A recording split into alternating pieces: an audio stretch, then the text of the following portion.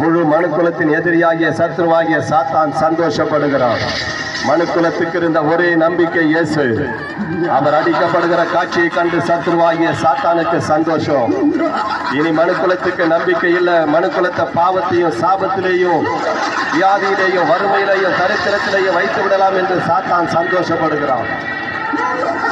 இயேசு தலையிலே முள்முடி சூட்டப்பட்டவராய் ரத்தம் சொட்ட சொட்ட உங்களுக்காய் எனக்காய் பரிதபிக்கிற அந்த தேவகுமாரன் மனிதர்களுடைய தவறான செய்கையின் நிமித்தமாய் அவருடைய கரங்களிலே ஆணிகள், நீங்களும் நானும் செய்கிற பாவத்துக்காய் நமக்கு பதிலாய் அவருடைய கரங்களிலே ஆணிகள் கடாவப்பட்டது. மனிதர்கள் தவறான வழியிலே இஷ்டம் போல வாழ்ந்தபடியினால் அவருடைய கால்களிலே ஆணிகள். ஏன் அத்தனை கொடுமை, ஏன் அத்தனை வேதனை? இவர்களுக்கு மன்னியும். அந்த கல்வாரி சிலுவையிலேயும் என்னதென்று அறியாதிருக்கிறார்களே.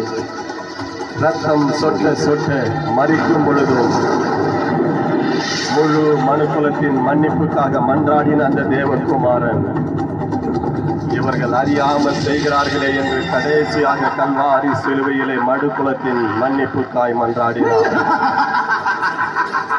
ஆனால் இயேசு கிறிஸ்து அடிக்கப்பட்ட பொழுது, அவர் ஜீவனை விட்ட பொழுது மனுக்குலத்துக்கு இருந்த ஒரே நம்பிக்கை மறைந்து விட்டது. இனி இந்த மனுக்குலத்தை வியாதியிலேயும் வறுமையிலேயும் சாபத்திலேயும் வரித்து விடலாம் என்று சத்ருவாகிய சாத்தான் சந்தோஷப்படுகிறான். தேவன் மனுக்குலத்துக்கு கொடுத்த அதிகாரத்தை தன்னுடைய கரத்திலே எடுத்துக்கொண்டு அவன் சந்தோஷப்படுகிறான். இயேசு கிறிஸ்து உங்களுக்கு பதிலாய் எனக்கு பதிலாய் மரித்தார். பிரியமானவர்களே, இந்த காட்சி